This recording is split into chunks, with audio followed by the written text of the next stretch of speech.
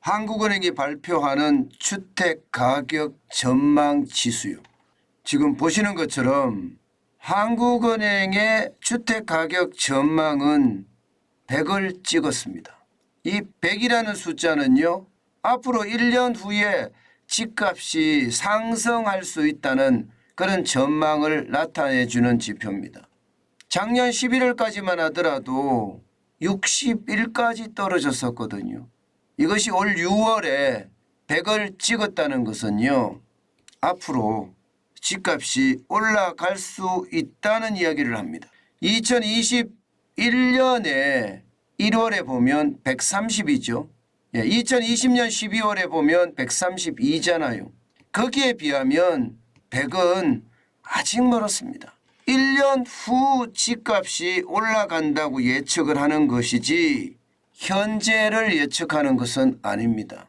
주택의 인허가나 혹은 준공 물량이나 공급에 대한 문제를 보면요, 1년 후나 2년 후, 대부분 2년 후겠죠. 인허가부터 시작해서 준공까지 걸리는 시간. 그러면 2년 후에는 공급이 부족해서 집값이 올라갈 수도 있다, 이렇게 예상은 할 수 있습니다. 당장 말입니다.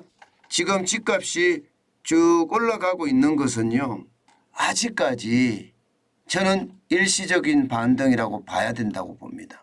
대세 상승기에 접근하기는 쉽지 않다, 이렇게 봅니다. 사실 정부에서도요, 이 집값이 조금 오르기를 바라고 있는 것 같습니다. 역전세난이 심각하니까 하반기에는 집값이 조금 올라서 이 역전세난을 해소하는데 좀 도움이 됐으면 좋겠다. 쉽게 말하면 주변의 전셋값보다 내가 계약한 전셋값이 워낙 높기 때문에 내줘야 될, 집주인이 내줘야 될 전셋값이 많습니다. 바로 이게 역전세난인데 집주인도 돈이 없거든요. 자칫 잘못하면 집을 팔아야 되는 그런 상황까지 내몰린단 말입니다. 그래서 정부가 DSR을 쉽게 말하면 좀 풀었습니다. 대출을 내 소득에 대비해서 40%가 아니라 한 70%, 80%도 집주인에 한해서는 허용을 한다, 이런 얘기를 하잖아요. 그런 상황을 비춰보면요, 이게 집값이 계속해서 올라가기란 쉽지 않아 보입니다. 정책상 역전세를 좀 해소하고자, 그 충격을 해소하고자 정부가 그냥 지켜보고 있다.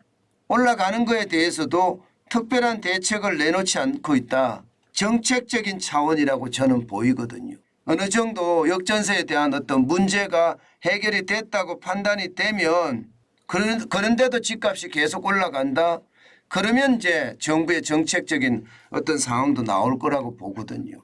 그런 상황을 감안을 해보면 말입니다. 지금 당장 집값이 오르고 있는 것은 데드캣 바운스라고 하는 일시적인 상승이고요.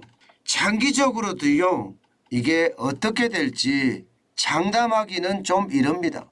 주택 인허가 물량이 적기 때문에 2년 후는 집값이 올라간다, 충분히 그럴 수는 있습니다. 그렇지만 당장 말입니다. 지금부터 일정 기간이 오르고 그 다음부터 또 떨어질 수 있다는 그런 전망, 경기 침체가 얼마나 되느냐에 따라서 다르지만 현재까지는 경기 침체가 많이 될 수밖에 없다는 게 이자 없에 장사 없다는 말로 대변할 수 있거든요. 이자가 높으면 소비가 그만큼 줄기 때문에 경기 침체는 어쩔 수가 없습니다.